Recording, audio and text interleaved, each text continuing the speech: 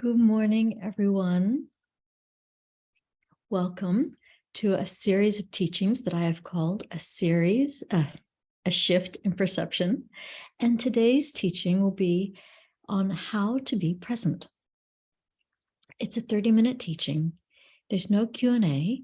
So I really encourage you to go to my website, breathingmandala, MANDALA.com, and leave any comments, questions there. So please listen carefully and with a sincere heart. And may these teachings provide insight and benefit for all beings. Okay, thank you, everyone. So this is a topic, a large topic, and we're just scratching the surface. But I do believe we can say something in 30 minutes that will be very beneficial. But just consider that this subject fills volumes of books. It is the main focus of many spiritual traditions. And from my perspective, truly, this is why we are on the planet today. Yeah, we are here to achieve presence. It is a fundamental question for all sentient beings, even if not everybody's quite aware of it just yet. Okay, so in the 30 minutes, I hope to cover what it means to be present, what gets in the way of presence, and what types of practices can we do to support being present. Okay, without further ado, let us begin here. Yes. So from a Tibetan Buddhist perspective view, our definition of sentient beings is that they are present moment thinking with ego clinging.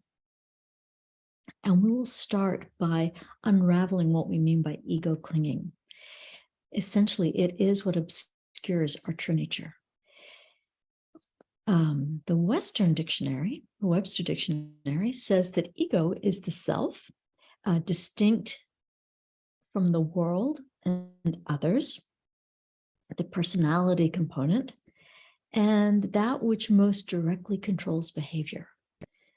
In both cases, we're referring to the I, how we self-identify. The problem is that we become so self-identified with this I, we literally begin to talk about it as if it were an entity unto itself. Yeah. And I think in the West that we mix that identity that we create from birth with our sense of true, with who we sense we are, our true nature. And I think this gets really convoluted and mixed up. So I hope that we can separate that out just a little bit today. All right. In Tibetan Buddhism, we say there's 5 things that the I believes that it is. Yeah. It believes that it is singular, one. It believes that it is permanent, right? We just said that we talk about ourselves as if we were an entity, the I was a thing.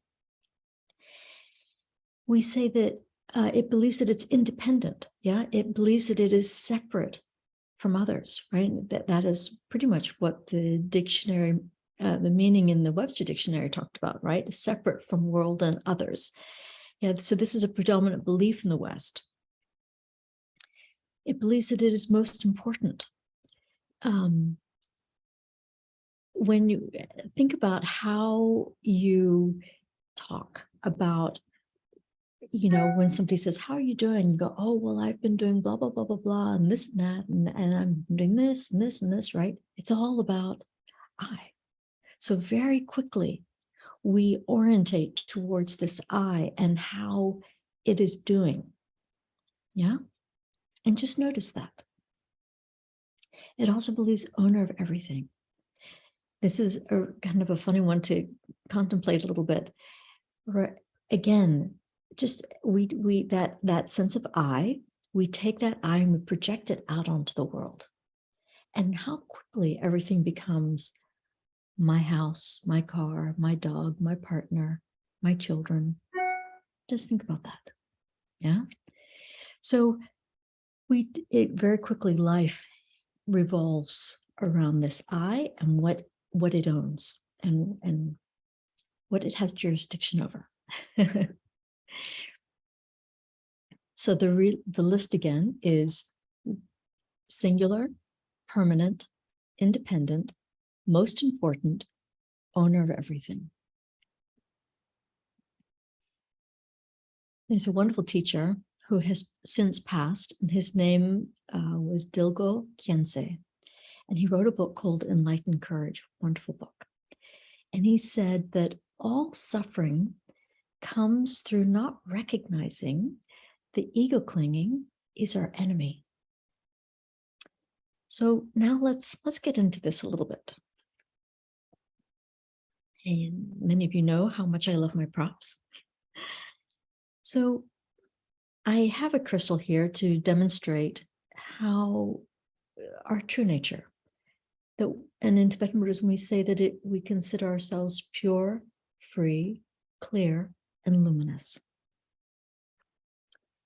Then life happens.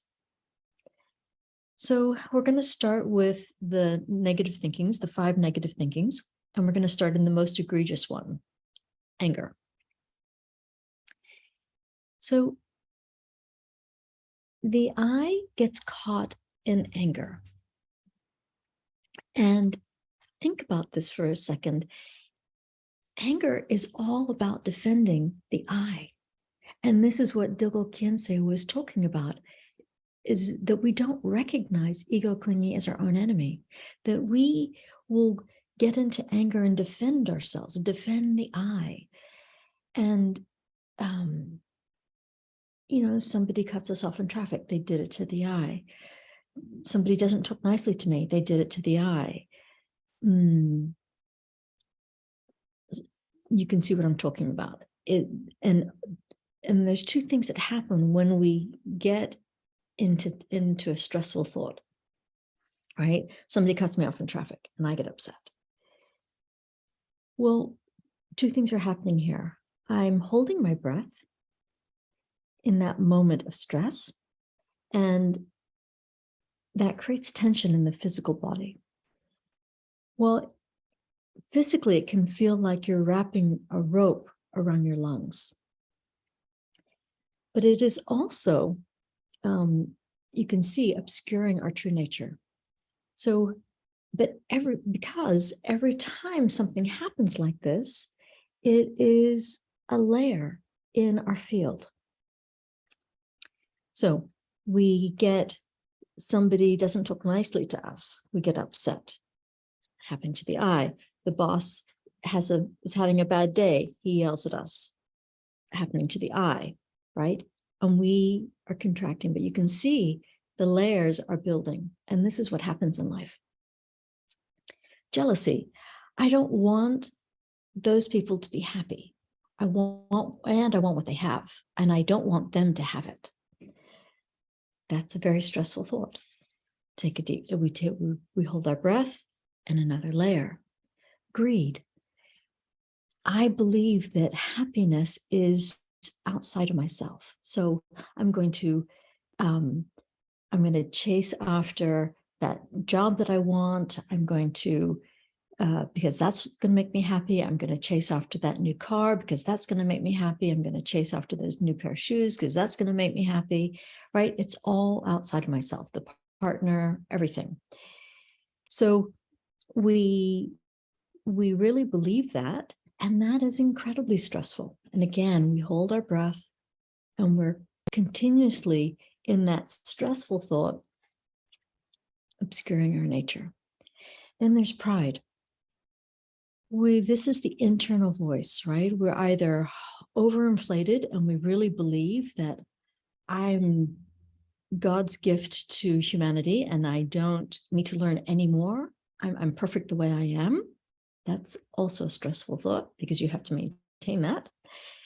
And the other side of the flip side of that, the cold pride, is where I'm beating myself up. I'm telling myself I'm not good enough. I'm not worthy. Yeah. And that is an incredibly stressful thought. Yeah.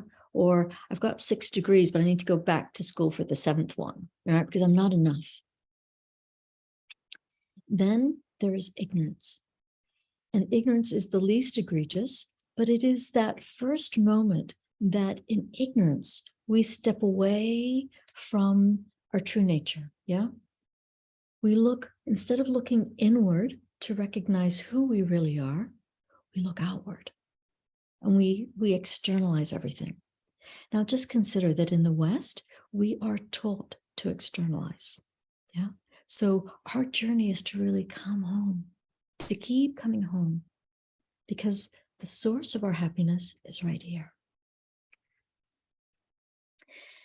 So in thoughts like, I'm unhappy, nobody likes me, I barely have enough to eat, I don't have enough money, I don't have enough time to do everything I need to do.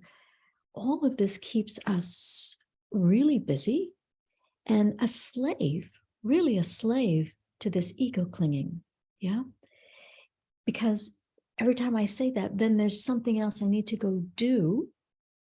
I'm pulling away from what is true. And because I'm externalizing everything. I need to go do this because I need that, right? That formula is what most of us are playing with. And so if somebody calls me a liar or a thief, right, I get upset. I'm protecting the I, I'm defending myself. How many wars throughout time and space have been perpetrated to protect, to honor the family name, right? I think of history, right? Helen of Troy, somebody got jilted and they went to war. Everything is to protect this I.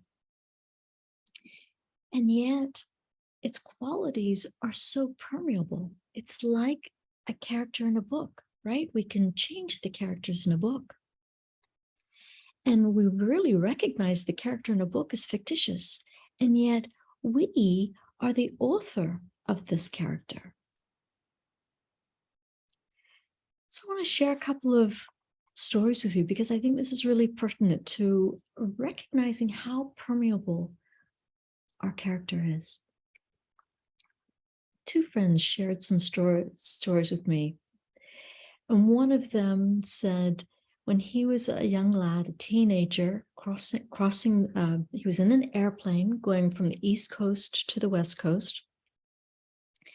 He recognized that he had this incredible opportunity, that at home on the East Coast, he was known as a soccer player, really good soccer player, but he was quiet and introverted. And so he decided that that's not who he wanted to be perceived, and that he had an opportunity on the West Coast where nobody knew him. And this is, of course, before Facebook. Nobody knew him, so he could be anybody he wanted to be.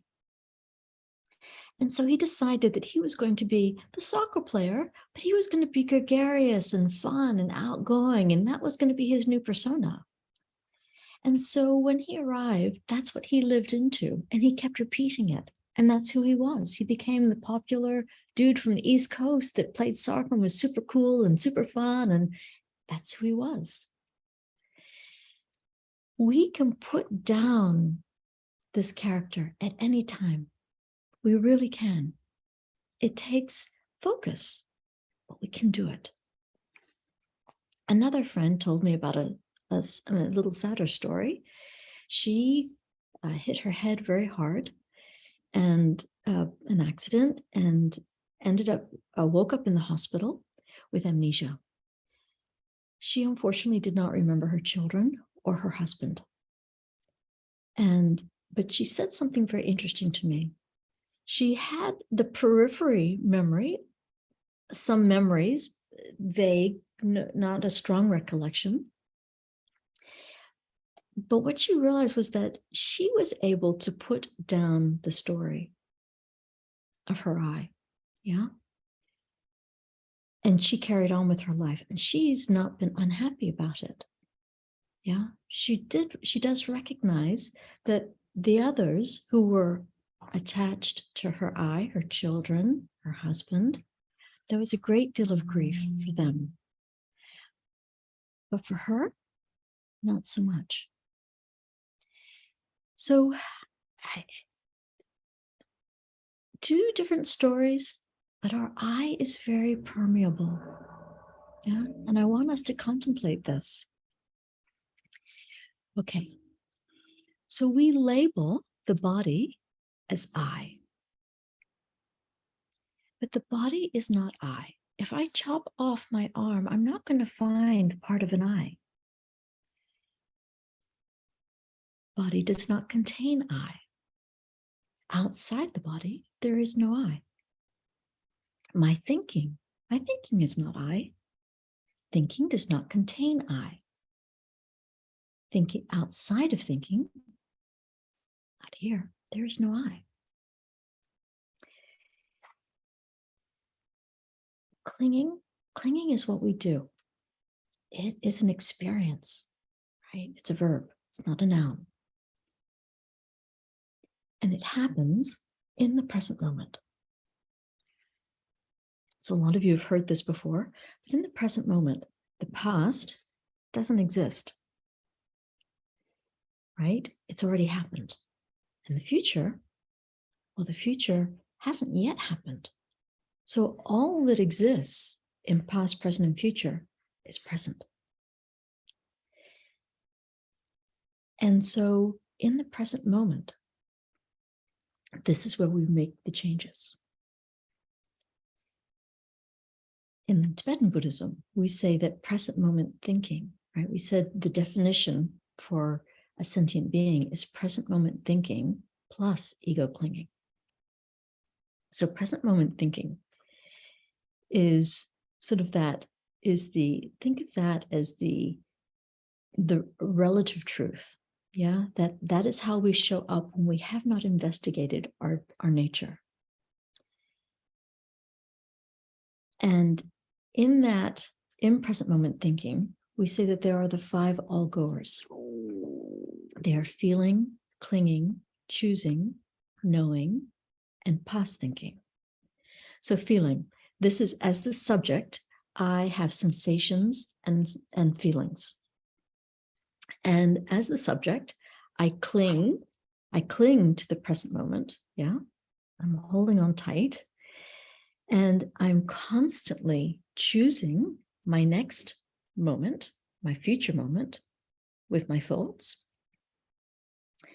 And part of that choosing is that I am knowing the object, what I perceive. And this is based on all my past experiences. And then I'm simultaneously holding the past, right? I'm holding on to the past. And that is all happening in the present moment. So I'm just going to repeat that in a slightly different way, that as the subject, I'm holding the object and I'm clinging to the present, I'm choosing my future, and I'm holding my past, all simultaneously. This is to just point out that we are fairly complex beings indeed. And we are easily distracted, for sure. But something fascinating about that present moment thinking is that only one thought happens in the moment, one at a time. Now, it feels like there's a lot more happening than just one thought, but they're happening in such rapid succession. I want to give you an analogy for this. Imagine a house with 1,000 windows. And in each window, there's a monkey's face. So how many monkeys would you assume are in the house? We'd say 1,000, right? There's only one. And this is an analogy for our thinking, that the thinking is going so fast, it is ping-ponging around the house, our body, and it's going so quickly, it looks like there is a monkey in every window. It is happening so quickly. And so if we are not training that monkey, right, then we basically relegate our lives to a great deal of suffering, because we're allowing the ego clinging, that I, to run rampant, out of control. And we never stop to question its validity. So much like riding a wild horse, right? It's constantly bucking us in all directions, right? We're easily angered, easily triggered to do something else. We just go from one end to the other. And what we haven't done is picked up the reins. We just allow it to do that. So we're literally like this tree swaying in the wind, constantly moving. Only we can pick up the reins. Who else can control my thinking? Only I can. So I must pick up the reins and very gently and very kindly rein the horse in. And when I do that, right, with a little practice, the horse will tame. Yeah, it will become tame, and it will allow us to ride it. But we have to pick up the reins. I have another analogy that I like to use. A glass of water. This is like our true nature, that the water. But if I were to pour some sand in the water and stir it up, it would become fairly muddy. Yeah. Well, what we want to do is to become the ultimate observer of our thoughts. Yeah. That we stay present. And then as we do that, what happens? We don't get caught in the spin mill of the thinking, but we just watch them. And then that mud, right? So we've pulled the spoon out of the water, and what will happen? The mud will settle. And the water becomes clear again.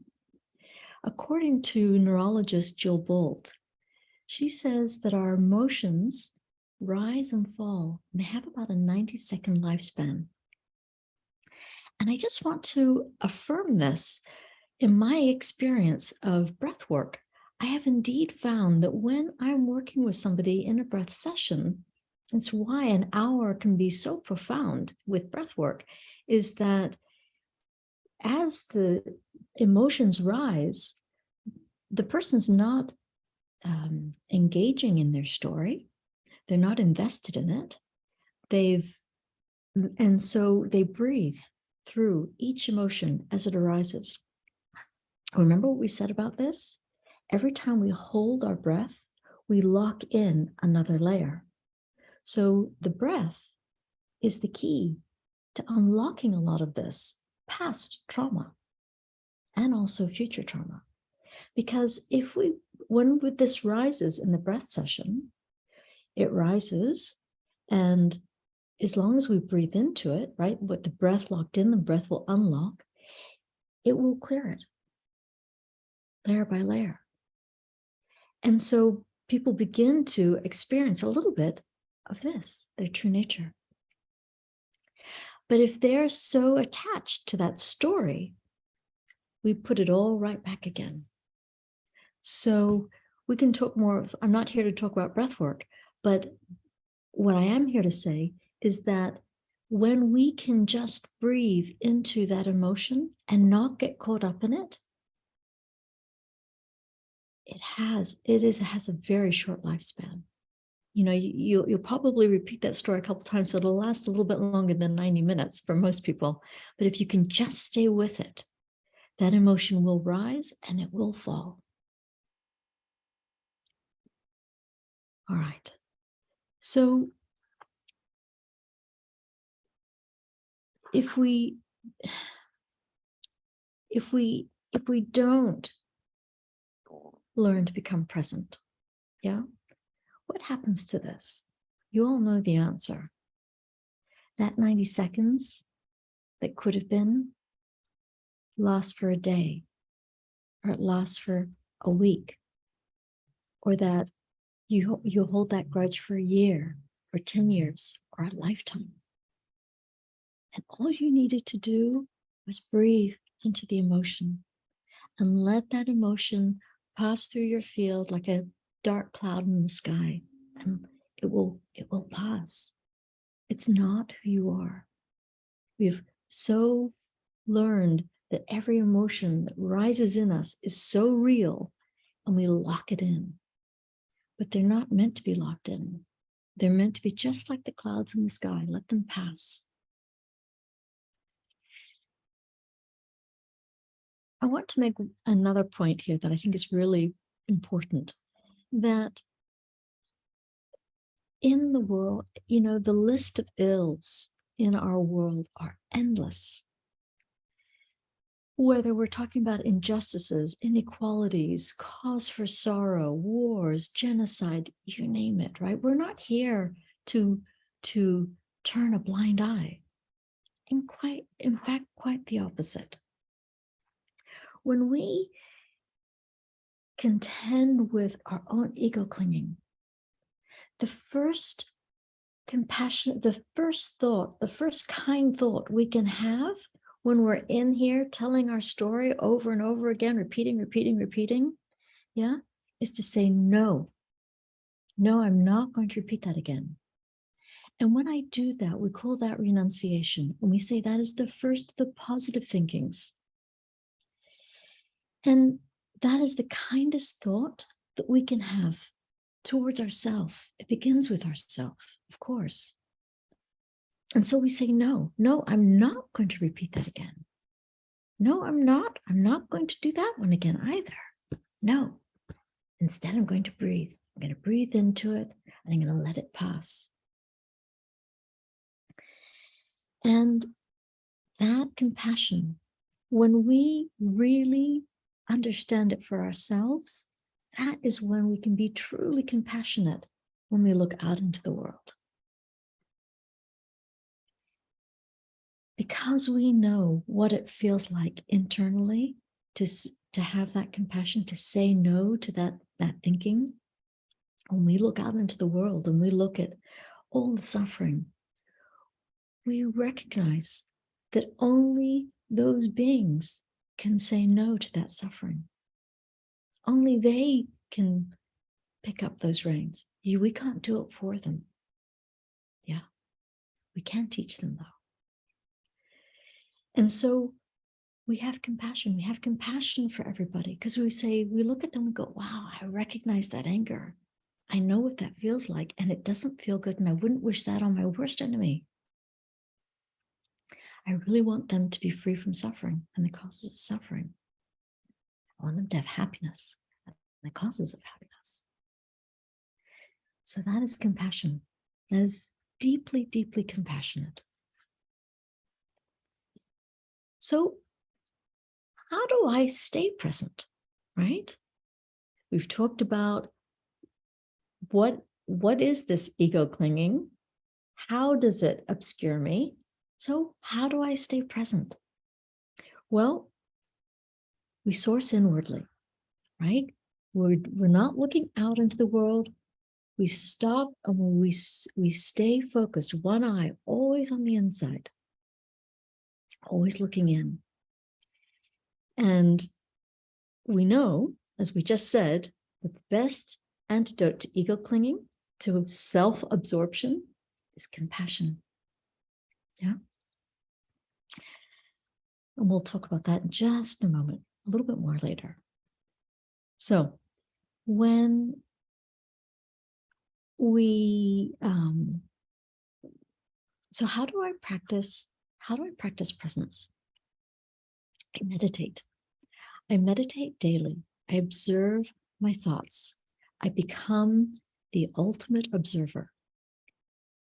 And if I find myself chasing my thoughts, stirring the waters, yeah, I very kindly, gently bring myself back, and I remind myself, it's okay. It's all right. This is the nature. This is what you've been trained to do, but you don't have to keep doing it. You can pick up the reins now and tame that wild horse. Pick up the reins gently, kindly, right? This is not an opportunity for ego bashing. We are not being unkind to ourselves. That is not the way to do this. We always talk very nicely to ourselves. Why? How do we want to be treated, right? We want to treat others the same way we treat ourselves. So we're not here to beat ourselves up. So meditation starts with a minute, 2 minutes, whatever feels manageable initially. It'll soon become 5, 6, 10, 15, 20. Yeah, before you know it. And it's going to feel good. The more you allow yourself to just observe the thought and bring yourself gently home, this will calm down. Now, there's another wonderful technique that you can use, and it's with the breath, of course. And we call it breath counting. And this helps focus the mind. So on every inhale and exhale, that counts as 1. So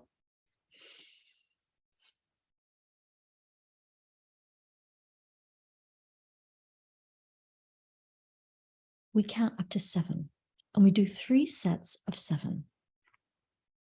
And when you feel like you've mastered that, then try counting just 1 to 50 and see how well you do. And if, when you find yourself chasing that errant thought, bring it back. Come home. It's all right, right? This is its job. This is the job of the wild horse. Our job is to train it and invite it to come home. Come home. That's all right. We're all good here. And then when you can do 50, count up to 100. And so we count a whole mala, 100, 108. Yes. And so when you get to 100, now you have really managed you've been able to rein in that thinking, and you've managed to steady the discursive thinking. And so you will find some benefit in there. More on that later. So meditation is the tool. It is important in this process, first to learn, right? You're listening to this video, you're learning from me. Read other books. Decide if this teaching holds water for you. It's very important for you to do your best to poke holes in it, try it on, figure it out if it fits. And this is really the cornerstone of Buddha Shakyamuni's teaching, that he did not become enlightened and share his teachings to tell everybody what to do. He said, figure out, pick up the reins, try it on, see if it works. But if it works, right, contemplate it, chew on it. And then after you've done that and you've found there's some juice there for you, now meditate on that. So as you're meditating on becoming the observer of your thoughts, you can also, right, now as you feel the purity of your nature, yeah, and you feel that juice, meditate on that. Yeah, repeat that again and again and again, because what we've been doing is repeating a lot of stories that don't support us, right? Whether it's our anger, greed, jealousy, pride, ignorance. We've been repeating them ad infinitum for a really long time. So now we must repeat the thought that is beneficial. So you know how in the old records, you had your groove and the needle? Well, we think of it like this. You've been repeating these stories. We all have our MOs, and mine was anger. And so I had a groove for anger. And so the needle kept staying on that because that's what was easiest, right? I literally, like, the brain creates a groove, and that's what's easiest for it to play. When we're reining in our thinking, we're literally taking the needle off the groove and we're putting it on another one. And then it quickly goes back.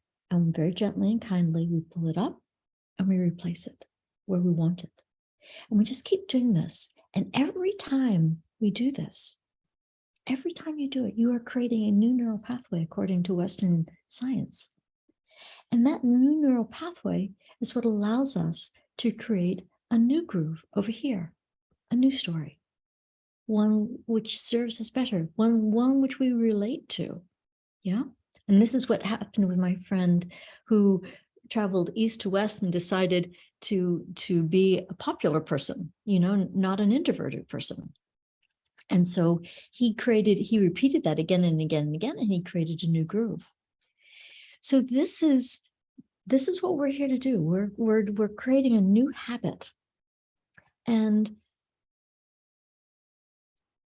I'm here to say that my experience is that the more I focus inward, the more I meditate on this truth, I experience greater and greater happiness. So again, let us now speak to compassion, right? As I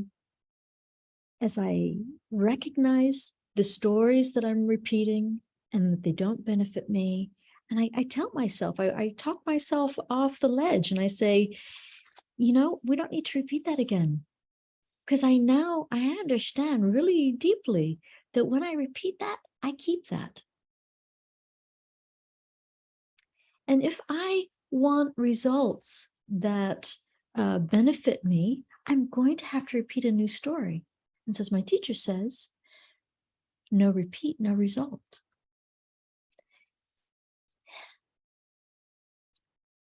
And when I say no more to that. And I undo it. No, I'm not going to repeat that one more time. I've repeated that for a long time. I know exactly what's down that road. And that is great compassion. So the compassion I have for myself antidotes my ego clinging, right? It begins to unwind it.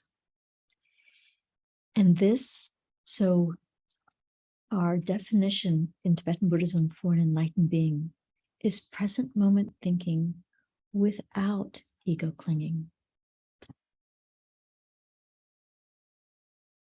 And this journey of unwinding this, right, is the path to liberation.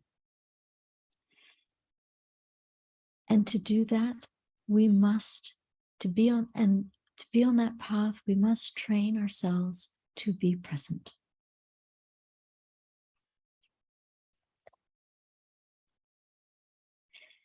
My dear friends, that concludes this teaching. Please leave me any of your questions on my website, breathingmandala.com. Your questions truly become future teachings.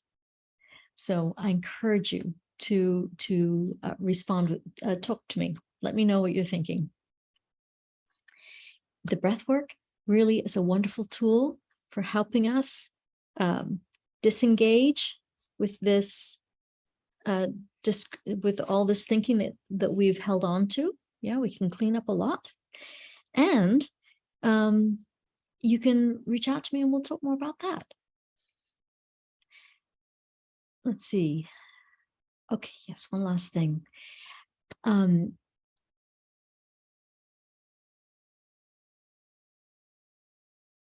just want to add that while breath work does indeed help us unlock this, we have to become diligent in what thoughts we are having, because if we come to a breath session and undo all this, but then we leave the room and we engage in the same thinking that we just undid, you put it all right back in. So we must become vigilant about what we are thinking. And that is what we're talking about here. Okay. I dedicate this teaching to the benefit of all beings. May all beings swiftly realize their true nature. May all beings be free from suffering and the causes of suffering. May they have happiness and the causes of happiness. And may you have a wonderful rest of your day. Thank you for listening to this teaching, and join me for future ones. Awesome. Thank you, everyone. We'll talk to you soon. Oh, and I just want to point out that really the one we should all be thanking right now is my teacher, because without his guidance and kindness and perseverance in teaching me and many other people, I wouldn't be here in front of you. So really hold in your hearts great gratitude for these wonderful beings that are teaching these amazing teachings. So thank you all, everybody. Have a wonderful rest of your day. Bye-bye.